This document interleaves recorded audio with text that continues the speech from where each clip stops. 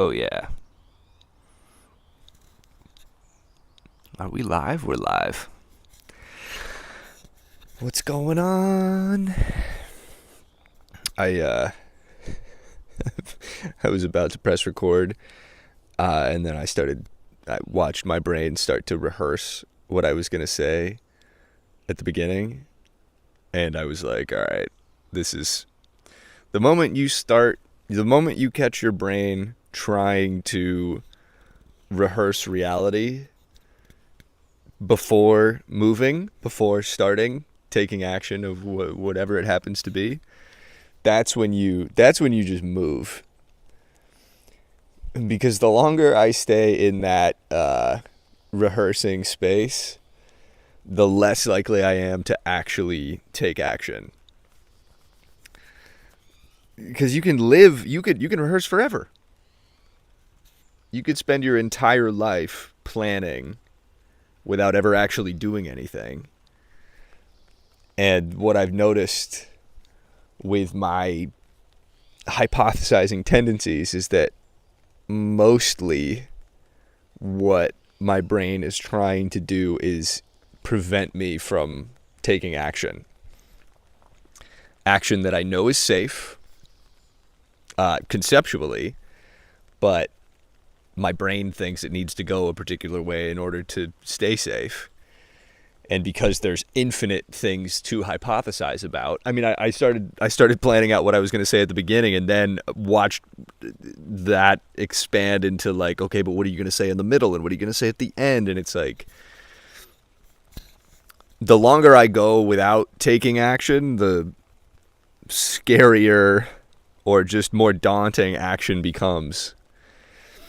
Which, same thing with this podcast. I mean, I've been feeling like this for so long now, where it's like, dude, would you please just do this consistently? There's so much shit happening, and when I'm not doing it consistently, I either forget about the things that I wanted to talk about, or just it's just easy to it's easy to not, especially when your brain thinks that it's safer to not. But what I learned time and time again is that the actual doing of the thing is so much simpler than the mind ever thinks that it is. The mind thinks it can figure it out, but if you look at its track record, it never actually figures shit out. It just prefers to stay in that familiar bubble of hypotheticals where it feels like it's productive, but really it's just delaying what needs to be done, which is like, just fucking press record and share what you wanted to share because you want to and it's fun. And it was funny too, like when I watched my brain start to say, okay, what's up everybody, coming to you live from my childhood home in my backyard. And I'm like, dude, you do not need to rehearse that. You do not need to rehearse saying hello. Anyone who's going to be tuning into this podcast and decides, fuck it, I hate this guy and his podcast because he didn't say hello in an optimal way, whatever that would be, is not your responsibility, and also a crazy person. I mean, it doesn't even have to be crazy. I mean, like, feel free to leave whenever, but like, when you really sort of break down what it is that you're worrying about, worrying about friends or canceling plans or like whatever it is, it's like the people that you think you're hypothetically managing the perceptions of, the people that are going to be like, abandon you as a friend because you canceled a plan. It's like, dude, that's not somebody that you need to be factoring into your movements through reality in order to I don't even know what. It's just not your responsibility. And I've been feeling that more and more, like what is my responsibility is coming home to my now moment, to what's actually happening in my reality, every time I catch my brain hypothesizing about something that could go wrong or a way I could be misinterpreted. Like, my responsibility is not ensuring I don't get misinterpreted or ensuring that I stay liked. My responsibility is making sure that my nervous system, the younger parts of me that develop these fears, every part of me, making sure that every part of me knows that I'm safe and rooted in what's actually happening. And fortunately for all of us, we never actually leave this moment. And so we never lose the ability to come back to it. Because you never left. You just left into these imaginary worlds in your minds. But it's not like your feet ever go into the past or the future. You're always firmly planted in now. And and thank God. Because it's so chill here almost always, pretty much always. And if your brain is wired in fear, it can be pretty much always living in some sort of shitty feeling future or past. So anyway, all of that to say, and now my brain just popped up with a thought of like, dude, this is the intro for the podcast? That's what's going on? Yeah, it is what's going on. And it's fine. What did I just say? Come back to now. I felt the tension in my stomach for a second there. I'm basically just trying to relax as much as possible. Like every single time I catch myself either physically tensing or mentally tensing, that is an opportunity to let go of some sort of past belief that thinks that tension is necessary, when I'm literally like sitting in a tent in my childhood home. There's no danger here. And there never has been danger here. So don't let your mind start to convince you that there's danger in places that there never has been. And even, thinking about judgment and like scanning for people disliking me or whatever, it's like, yes, that felt dangerous in the past, but now it is so safe. And feels like our task is just letting all of that go, which is what I was going to talk about today. And it's okay that we're 9 minutes in and I haven't started, because there's no requirements, no rules. In fact, all the fucking rules are made up anyway about everything. No one's requiring me to scan for every possible person and way that I could be thought of as weird. That's me. That's my brain doing that because it thinks it's necessary. Instead of listening to the sound of the rain.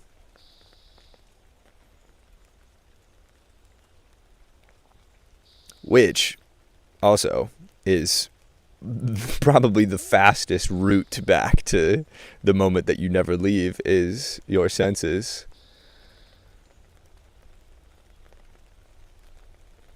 Imagination and, fear-oriented imagination is what causes our senses to react to, like our bodies to react to things that aren't real. But you can always come back to how your feet feel. So, why am I in a tent? Well, it's raining, but I'm actually here because the mosquitoes are out of fucking control.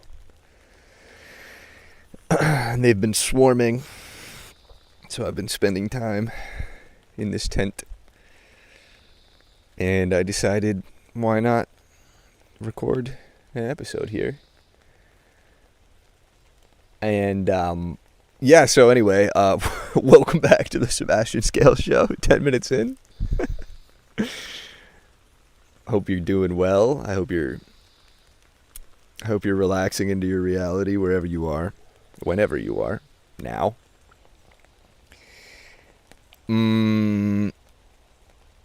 Yeah, some really cool shit has been going on. And,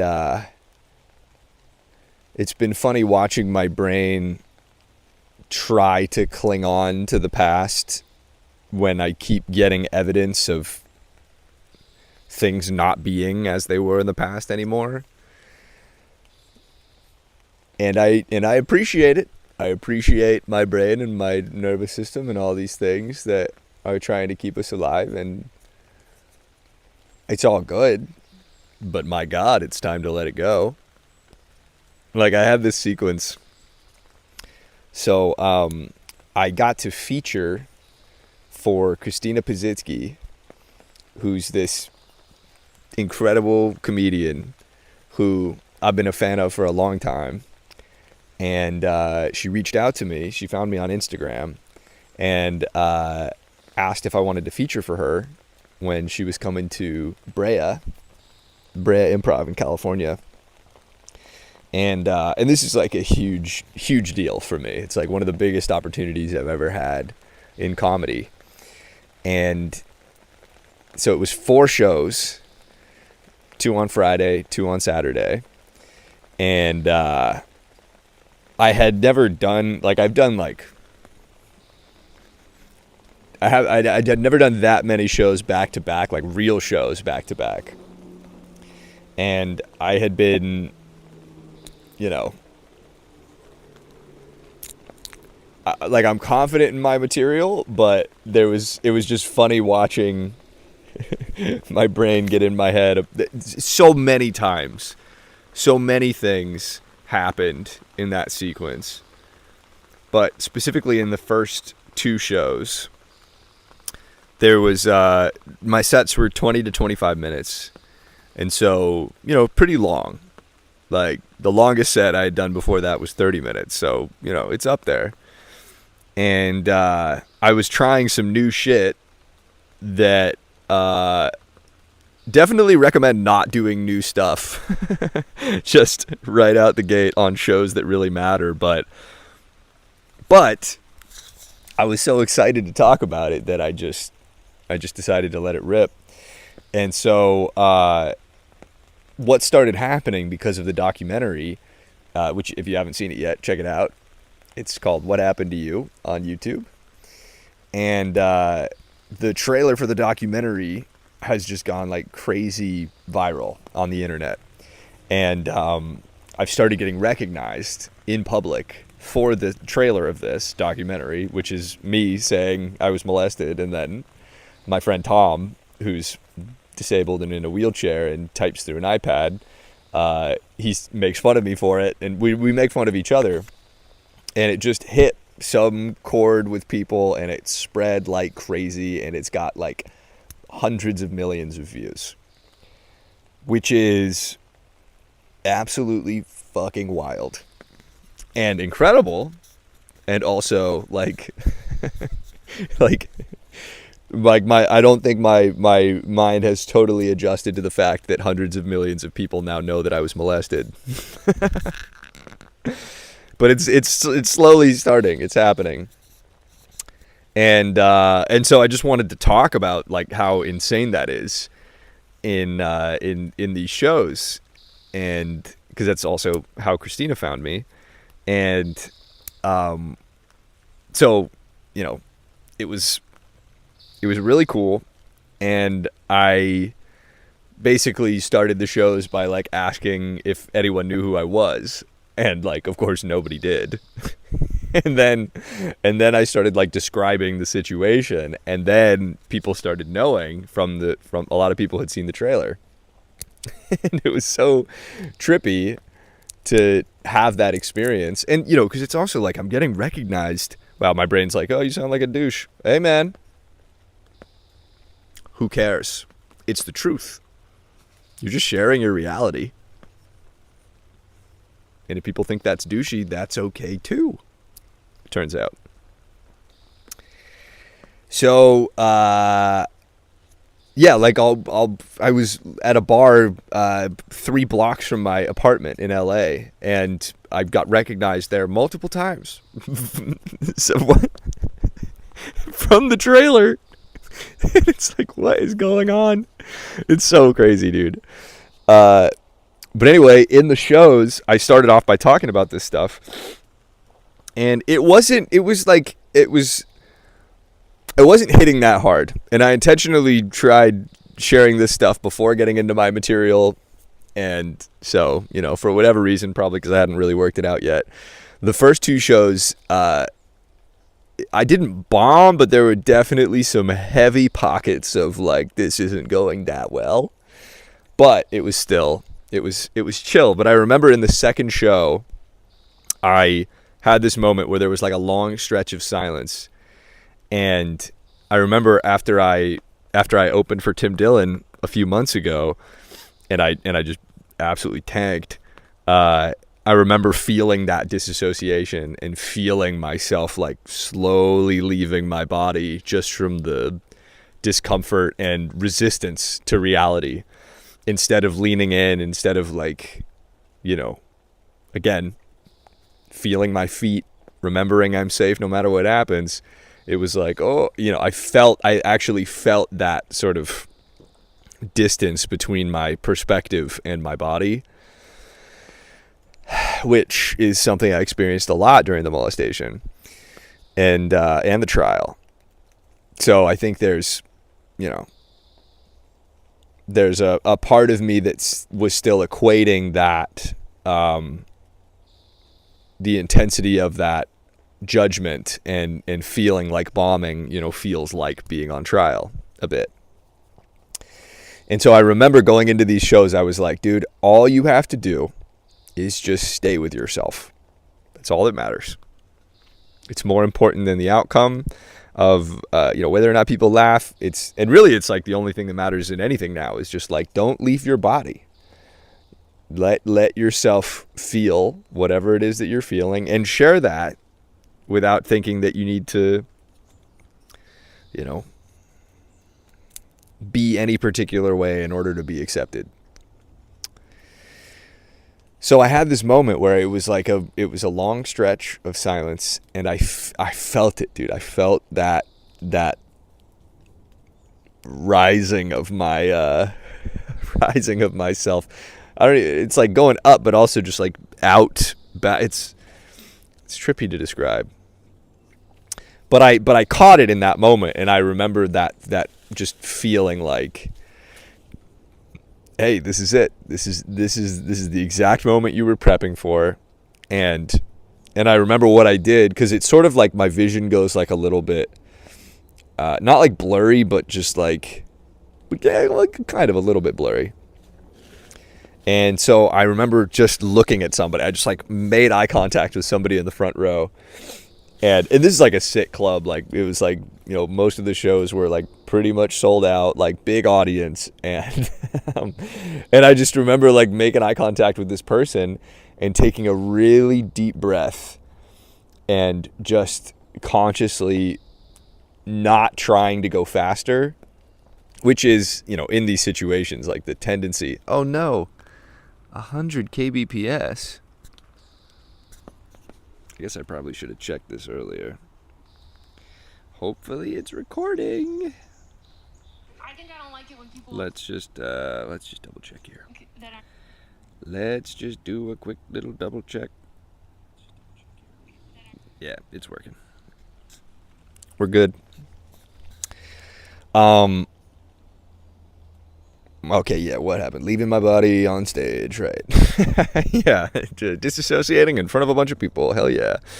And yeah, it was like this moment where I allowed the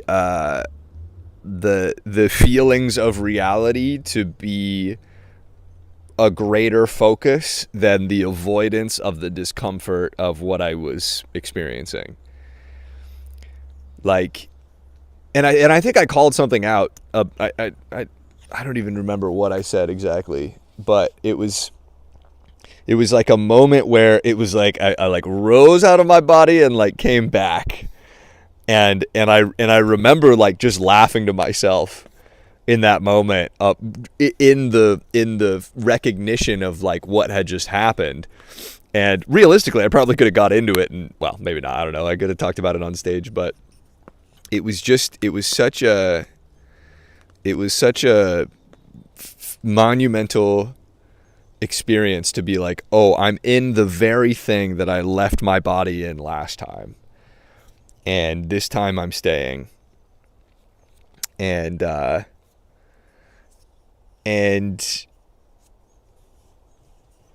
every time we do that, we get a greater, you get evidence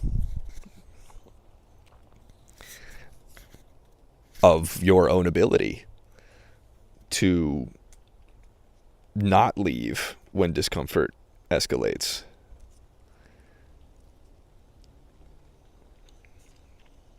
To not need to leave the moment anymore. To try to. I mean, think about that shit, dude. Imagine, like, I've been avoiding discomfort my whole life, and obviously this isn't just like, I mean, it's discomfort, but it's also like, the idea that if people don't like me and don't believe me, that I'm gonna be in danger, was basically the takeaway from the trial. And so stand-up ends up being like a trial simulator in that way. And that's why it felt so fucking good and significant to have that experience and give my body and my soul evidence of a new way of moving through these types of experiences.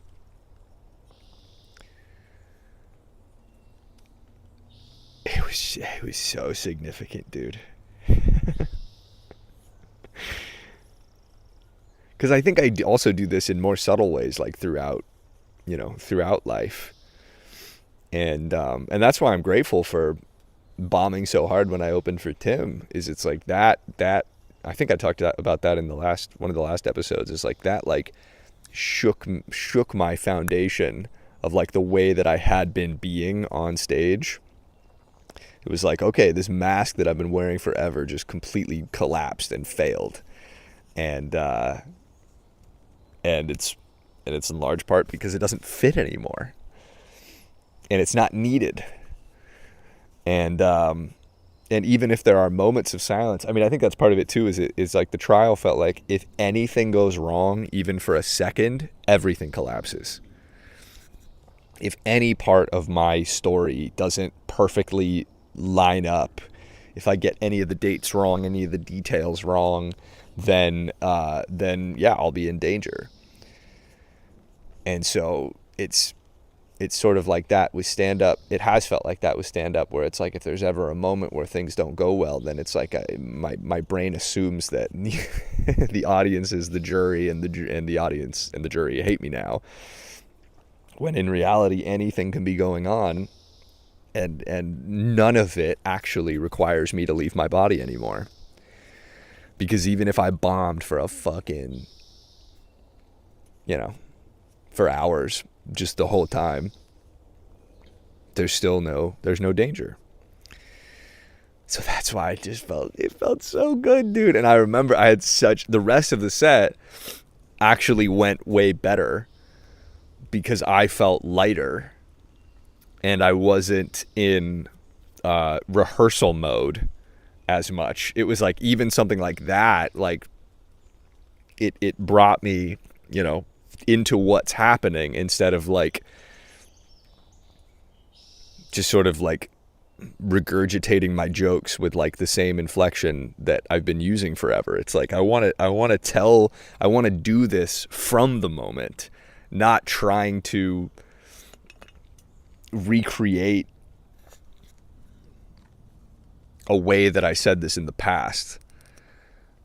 Like I just I want to be in the moment. I want to be with the people that that are in the audience instead of performing at them. And, every time I sort of let go of the way that I had planned things were going to go, the way that I was planning to say things, and like moving into the unknown without, not necessarily without fear, but regardless of fear. It's like that is the space where like the most fun happens and the most healing happens. Because you're moving into the unknown, which is the ultimate space of fear from the perspective of the ego and survival brain. You're going into that space and just finding safety every time. And finding that this isn't something that needs to be avoided. Of course, in the past, long ago, we had to be wired to, you avoid the unknown because there could be a tiger. But now it's just an audience full of other people who are souls and bodies too. And they're not going to attack you. So you don't need to preemptively leave your body to stay safe if you know that you're safe in your body regardless. So it felt amazing, and I remember I got off stage after that second show, and I was like, Christina got on stage after me, and I was in the green room, and I was just like giddy. I was just feeling so good, and it felt like such a breakthrough, especially having, I did a couple of open mics between the two major shows between Tim and Christina, but to be able to have that feeling, I was like, oh my God, this is a big, like all the emotion that had been coming up for the past like 2 months. I mean, I think so much of that was related to this ability. It's like, okay, you cried out a lot of the discomfort and fear of discomfort and just all this suppressed emotion. And the more you release of that suppressed emotion, the greater your capacity is to experience now without having to leave. So it just felt, it was fucking sick. And then Christina got off stage, and one of the things that was so funny about after I bombed for Tim Dillon, he and I were hanging out in the green room after with another comic, Gabby Lamb, and I couldn't even like appreciate the reality of the situation, which is like I'm hanging out with these some of my comedic idols. I couldn't register that because I had bombed so hard and disassociated so hard that I was like literally just in autopilot mode. Like I wasn't even registering that this is like some dream life shit that I'm experiencing right now. Because I was so like, I remember leaving. I remember at the end of, we hung out for like 45 minutes in the green room, and then at the end, we were all leaving, and Tim was like, all right, like let's grab lunch in Venice sometime. And I was like, yeah, sounds good, man. And I remember driving home from the show and just crying in the car and thinking, he just said that because he feels bad for me. He doesn't really mean it. All this shit, Like my brain just totally just literally just disconnected from reality and just went into survival mode. When in reality, I could have gotten off stage and just started laughing about how bad it went, But because of these belief systems that are like, perfectionism, and basically if this doesn't go well, then I'm not going to be safe or accepted or all this stuff, it was like I couldn't register what was happening. I mean, I could, but I didn't. But in any moment during that entire hangout in the green room, I could have just taken a breath, come back to what's happening, register that even though I just bombed, I'm not being attacked, and I'm hanging out with one of my comedic idols. But that's the funny thing about the brain, is that it can convince you that even a dream life situation is like the end of the world, depending on how you're interpreting it. And I remember driving back from that show and being like, I think I might have to quit. I might have to quit comedy right now. And now my brain's like, did you already talk about this in the last podcast or the one before that? Hey, if you did, that's okay too. So anyway, the mask dissolving, I mean, that's really what I was trying to bring into these Christina shows, is that it was like, let's see how much of me I can be. And it was a lot. I mean, I watched the recording back, and it was like, it's I can still see the mask, but it is so much less. I'm talking a lot more like how I actually am now, instead of how I've been. And I've just been feeling it in social situations lately too, where I'll like catch myself smiling in a situation that it doesn't warrant that. Not that it needs to, nothing needs to be warranted to be smiled at, but like I feel the smile mask on. And that's what was so wild about the Tim show too, is like I had that mask on. Things were not going well, and I'm just like smiling at the audience. And so just trying to like relax my face muscles and all muscles that are tense in these spaces, and just be like, dude, I know that you've been smiling for decades, and because you feel like that keeps you safe, but it's not needed anymore. Little microphone holder stick, nice. So that's what this has been. That's what's been going on. And then that was another shift too, is it's like, even though the first and second show didn't go like super well, it still it did go well in many parts, and I was able to not write off the entire experience because there were moments that didn't go well. And in fact, what was way more significant than having like a quote unquote perfect set was the fact that I came back into my body when I was leaving. And now knowing that I can do that every time. I never lose the ability to do that. Even in like these seemingly high stakes scenarios. And then Christina got off stage, and we had a fucking epic hangout, just chatting about all kinds of stuff. And I was just there. I was there, present, having a good time, not feeling like not feeling like I'm not enough or need to justify whatever, or be like, hey, normally I do better than that or whatever. And then we chatted for hours. And then I went home that night. Didn't cry. didn't feel like, I should quit, which was great. And then the next day went to go do two more shows. And I decided to like mix the order up, and like I was like, dude, go have even more fun. Like do some crowd work, like, because I never do crowd work. It's something that I haven't even, I mean, I've done it a couple of times, but it's something that I really haven't even dipped my toe into. I think because it contains the unknown. And so I was like, great, let's go. Let's get the fuck in there. Let's get directly in there. It's basically, at this point, it's like every place that your brain is imagining fear is exactly where you gotta just dive into.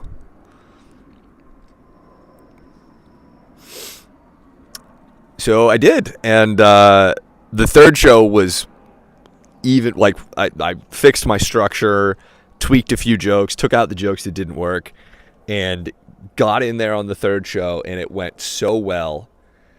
And I was just like feeling good, whatever. And then on the fourth show, I did a little bit of crowd work on the third show, but on the fourth show, I was like, all right, I'm gonna look.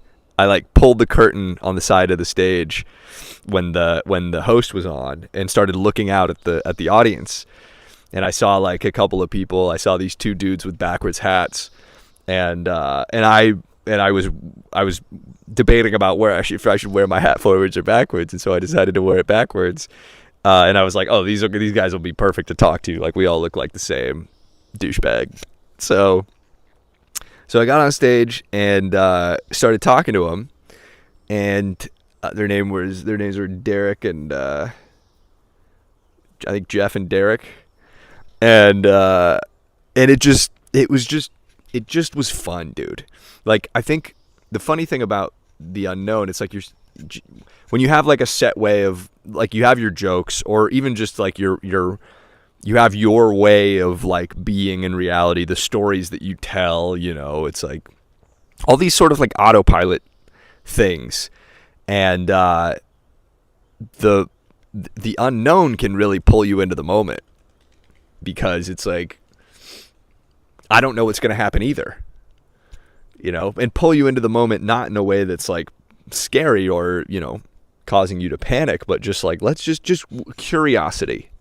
I'll get into my material in a bit, but let's like, hello everybody, before I just get up here and start telling you my jokes, like, let's connect with the audience.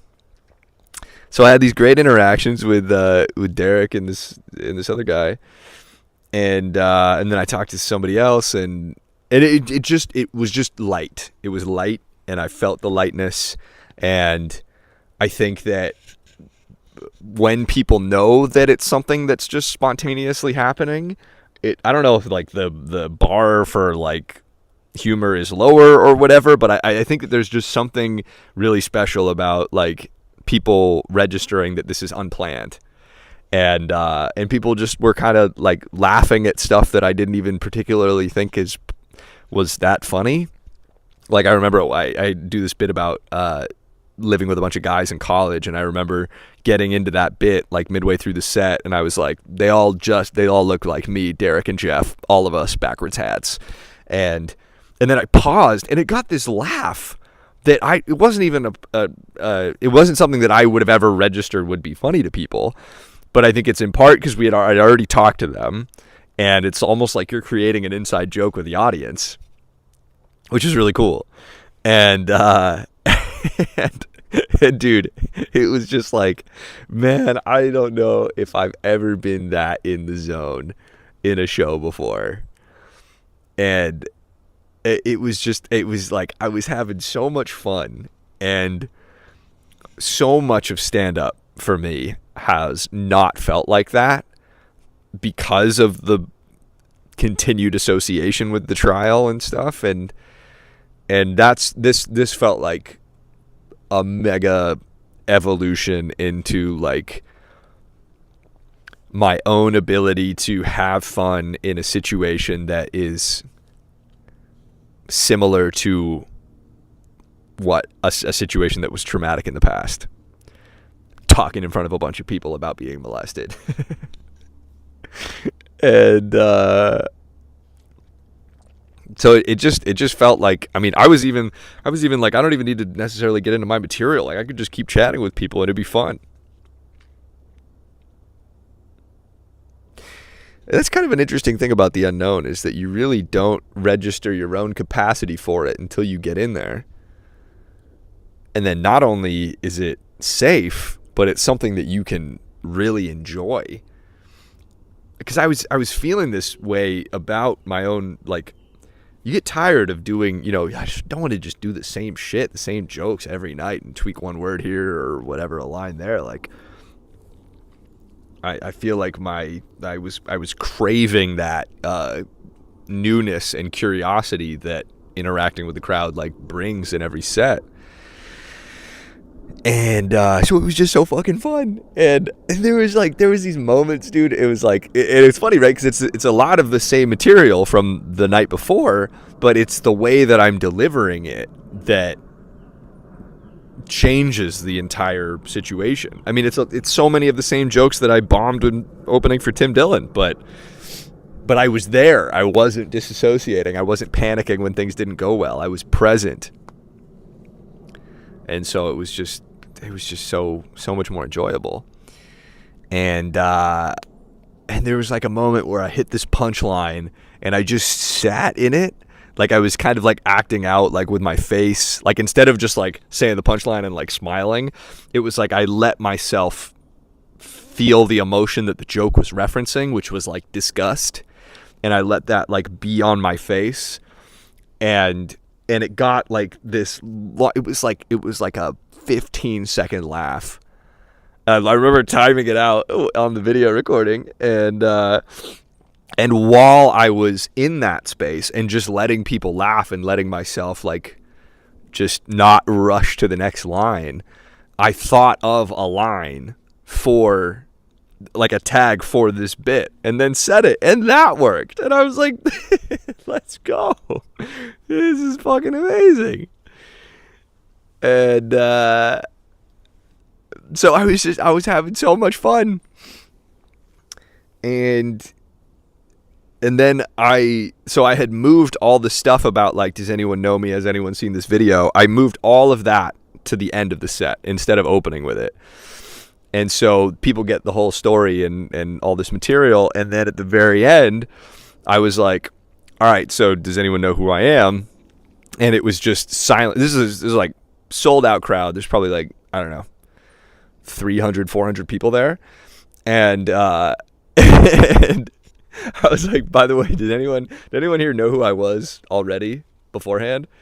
And just silence. And so I start laughing at that. And then one person put their hand up, and it was fucking Derek. It's like, I couldn't believe it. What is that? A little red spider. Hello, mate.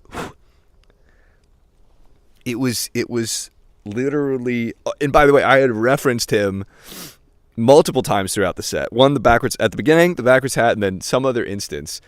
And he was like really the only like key character in that I had been like consistently referencing. And he put his hand up, and I was like, no fucking way, dude. How is it? And then I just started talking about like, what are the odds of that? And then I was like, did you know I was molested before I got up here? And he was like, yes. And I was like, why I was asking people all this is because that's what started happening is I'm getting recognized specifically for being molested, and people are stoked to talk about it, which is like fucking bananas and so cool. And but the time that this actually happened was when I was present and engaged and having fun. And then that, like, the audience got to see this whole thing. And I made a joke about this too. I was like, this doesn't even look real. This looks like you're a plant. It looks like we're friends. And I was like, yeah, man, come to the show, wear a backwards hat. It's going to be sick. It'll be a whole thing. But it just happened, dude. Couldn't have planned it better, you know? And that is a direct result of going into the unknown and following my own excitement about it, which is what Bashar says. You just got to keep following your excitement. And I just, man, it was like one of those it was like, it's so funny to have gone from like, I should probably quit comedy to like, I'm going to do this forever. And I've just found, you know, not just on stage, but in life, like a way of being that is not oriented around avoidance of the unknown, aka avoidance of danger, and just, you know, just having fun and turning these spaces that have prior to, in my mind, contained the keys for my potential demise, and transforming those into spaces that I get to have fun in, you know? Not turning reality into a courtroom, whether that's on stage or like texting my friends. And like getting into like what do I actually want? What is exciting to me? What like so much of my life, like if somebody wants to hang out or I'm trying to make a decision about like what to do, what I actually want has not been a priority in my decision making for a long time. I'd hang out with people just because they wanted to hang out, not necessarily because I wanted to hang out. And I wouldn't take time to myself, and I wouldn't prioritize, all this stuff that I know that I need. And that's a big thing that feels like is shifting now. And imagine going from feeling like the audience is the jury to the audience is like there to have fun too, which is what they are there for also. And I'm the one fucking turning them into the jury. I'm the one putting myself back into the courtroom. The Brea Improv is not the Kitsap County Courthouse. But your brain can turn anything into a courtroom. And I have been turning my reality into a courtroom for decades, and that's part of what I've been grieving lately, is just like that. And grieving is an essential part of the process, but it's also, I'm so glad to be recognizing that that's no longer the reality of the situation. And fuck yeah. And it doesn't mean that it'll instantly change, right? It doesn't mean that immediately, I'm just not there's still so much momentum, which I'll get into in a second, about fear creeping back in, but it's all part of our path, And dude, I ended that set, with that sequence with Derek, and just a couple of my closing bits and stuff, and I got off stage, and I was literally bouncing around the green room. I was like, this is, and it was, because it's not just having a good set, it's being like, oh my God, I'm so much freer than I thought I was. I'm freer and safer, and this is just the beginning. As much as my brain tries to convince me that I'm falling behind because I'm 31 and I haven't made it yet, quote unquote, it's like, dude, I just feel so fucking excited and lucky to be discovering my own ability to stay in the moment and not keep being just run by fear. So yeah, it was the best, and I could see now, it's like, wow, I literally had to have all 4 of those shows in order to get to that final point. And yeah, it's so fucking exciting. And then obviously Christina killed all 4 of her shows.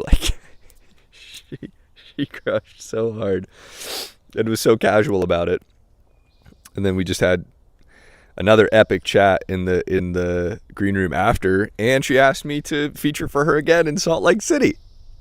So I'm gonna go fly there and do 4 more shows and just keep having fun with it. So it's been amazing. And then the next day, I'm sure there's more, but well, hey, you can go back to it if you want. No rules. So the next day I was out at the beach, and I was just basking in the bliss of how I was feeling. And then one of the things Christina had mentioned to me in the opener, she was just giving us some advice and stuff. And she was saying because it was at the Brea Improv, and a lot of there's these improv venues all around the country. And just in general, she was like, it's really good to, just a lot of comics are sort of well, I mean, who knows? She was basically just saying it's really good to interact with a bunch of everyone and say hello to everyone and be nice to the staff, and obviously she wasn't saying this because me or the host weren't nice. She was just saying one thing I've learned is that they want to bring back people that they working with. So, the friendlier you are, the better. And this was in a long list of things that she had learned over the years. But out of nowhere, I'm sitting on the beach looking at the sunset, and my brain starts thinking about that, and I'm like, oh my God, was I not friendly enough to the staff? Because I was thinking about my like interactions, and like I basically just, got to the venue and went to the green room and sort of just stayed there. And I went out a couple of times, but I didn't really interact with that many people. And I started imagining like the staff being like judging me for like, oh my God, is he really going to talk about molestation again? Like the first 2 shows didn't go great. Like, geez, is he really going to fucking, oh my God, we have to wait tables through this guy's set again.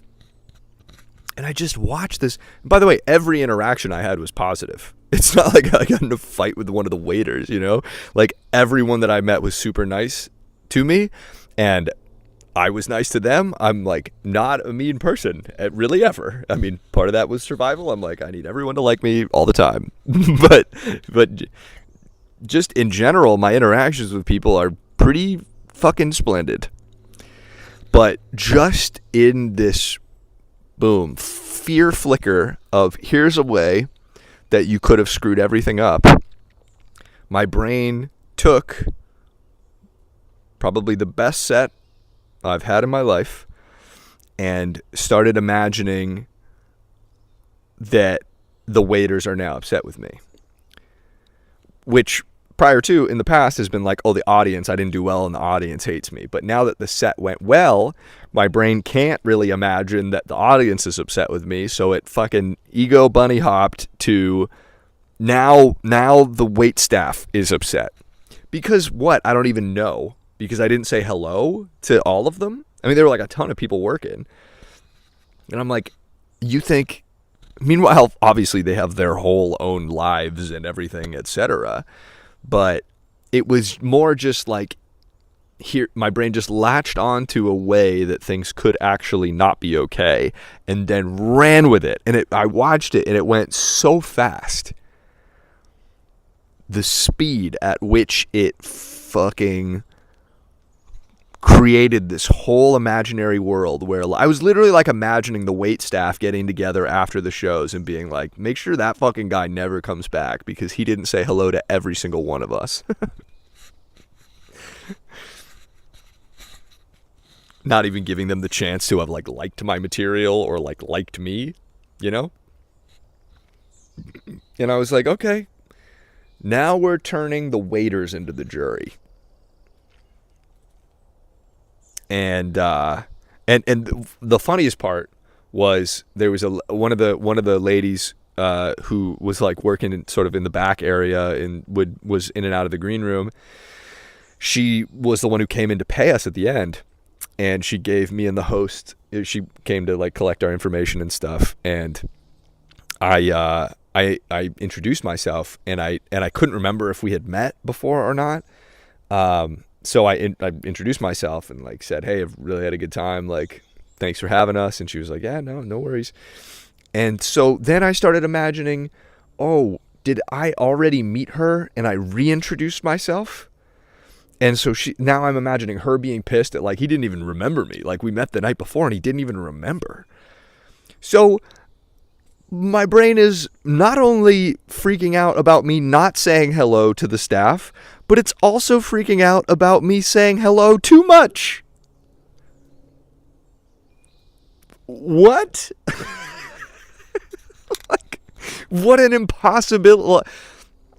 And this is where you start to see the silliness of and the ridiculousness of fear and overthinking and worry and all this stuff is that, okay, the solution to saying hello to people, to not saying hello to people enough, is saying hello to people more.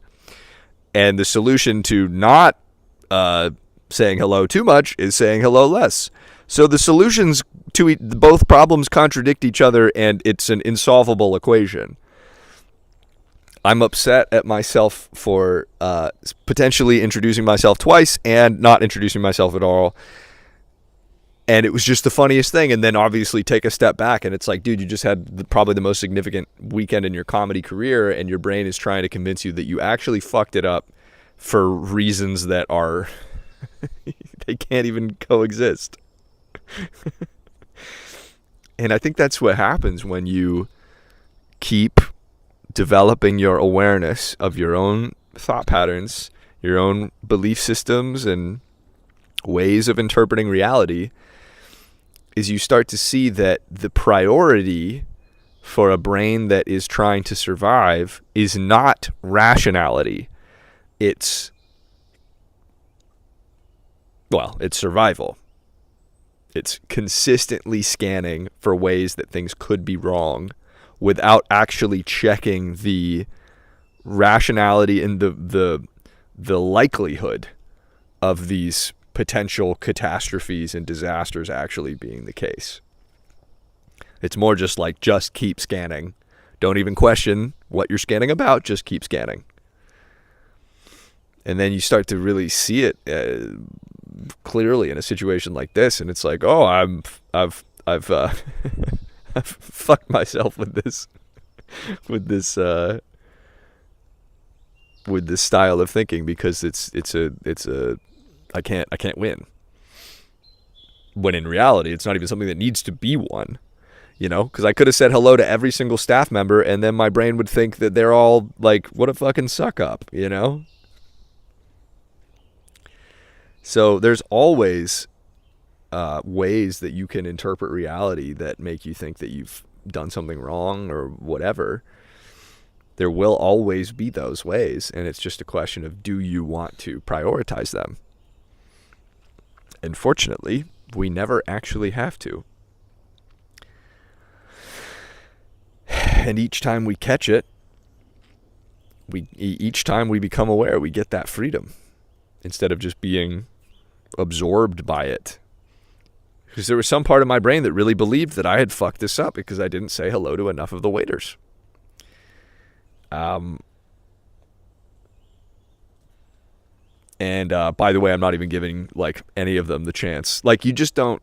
When your brain is trying to survive, it is a waste of time and energy to think of the things that are going well.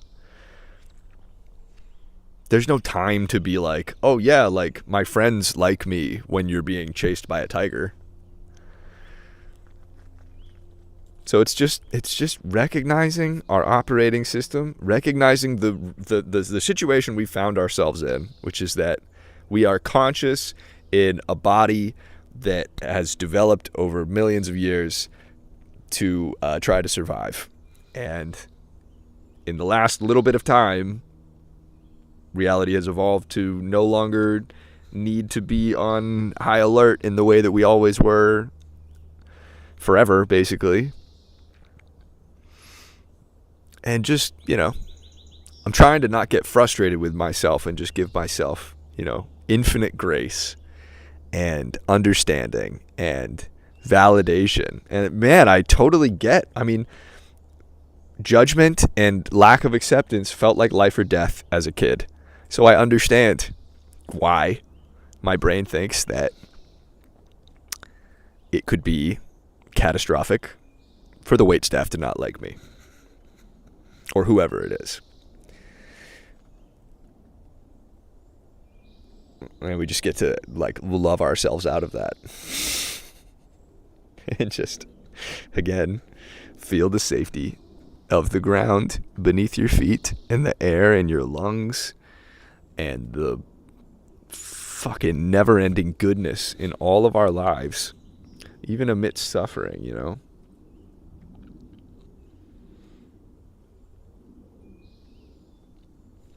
It's pretty sweet. So it's been a really, really transformative couple of months. And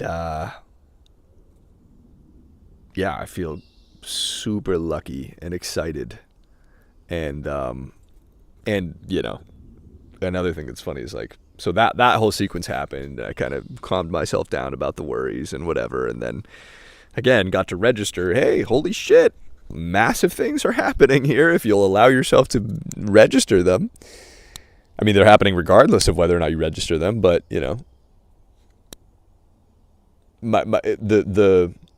my brain doesn't seem to be very content just basking in that goodness. I mean, the excitement and everything lasted about 12 hours before I started panicking again about random other shit. And that's the momentum.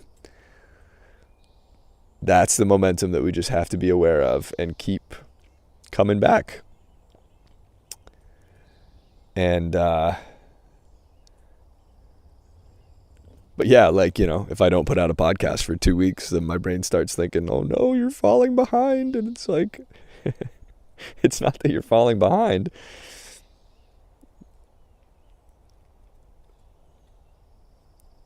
But it is also something that you want to be doing. So go do it, and don't let, because if it's not, you're falling behind. It's this idea that, oh, it's been 2 weeks or 2 months or whatever it is, and I need to explain to the people watching and listening that, like, oh, I'm sorry it's been so long. Like, you know, I'm starting from a fucking defensive standpoint instead of just being like, hey, I'm here, what's up? You know? And my brain just tried to say that didn't make sense, but check it out. You're safe even if it doesn't make sense. Every time, it turns out. Even though not making sense felt like life or death in the courtroom, I'm no longer in the courtroom. I'm in my backyard with my feet in the dirt of earth. And things are actually so fucking good. I mean, if you had told me a year ago that I'd be getting stopped on the street, literally recognized for being molested, and this documentary, and like everything that's opening for like my comedic heroes, and like all this magical shit is going on, I mean, stay there, man. Stay in that space. I mean, the vibration that you have in that recognition and in gratitude and like joy and all this shit will bring you everything you want and more. It'll be better than you can imagine. And if you stay stuck in thinking that the wait staff is upset with you, or whatever it happens to be, the current fixation of worry and all this stuff, I mean, that's the vibration, and you'll never run out of things to worry about.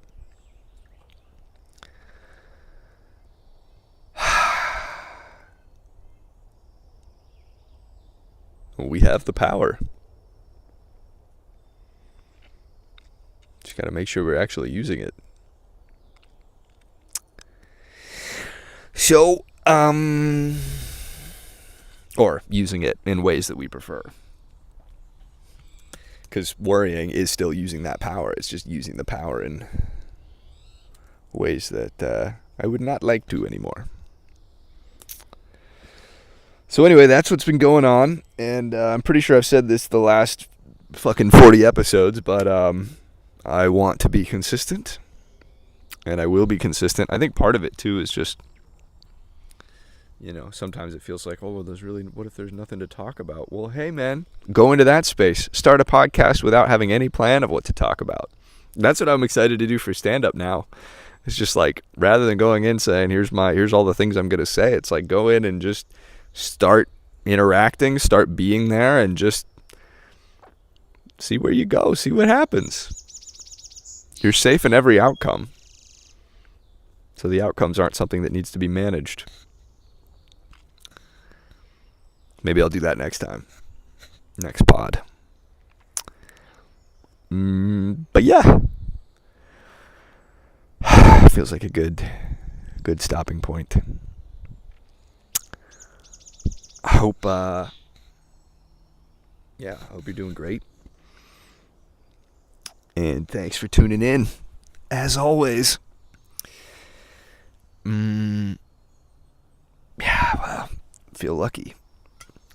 I feel lucky to be alive and to be chatting about all this, and I feel lucky that you're here. And there doesn't have to be a perfect ending, by the way. You don't have to wrap it up in a nice bow.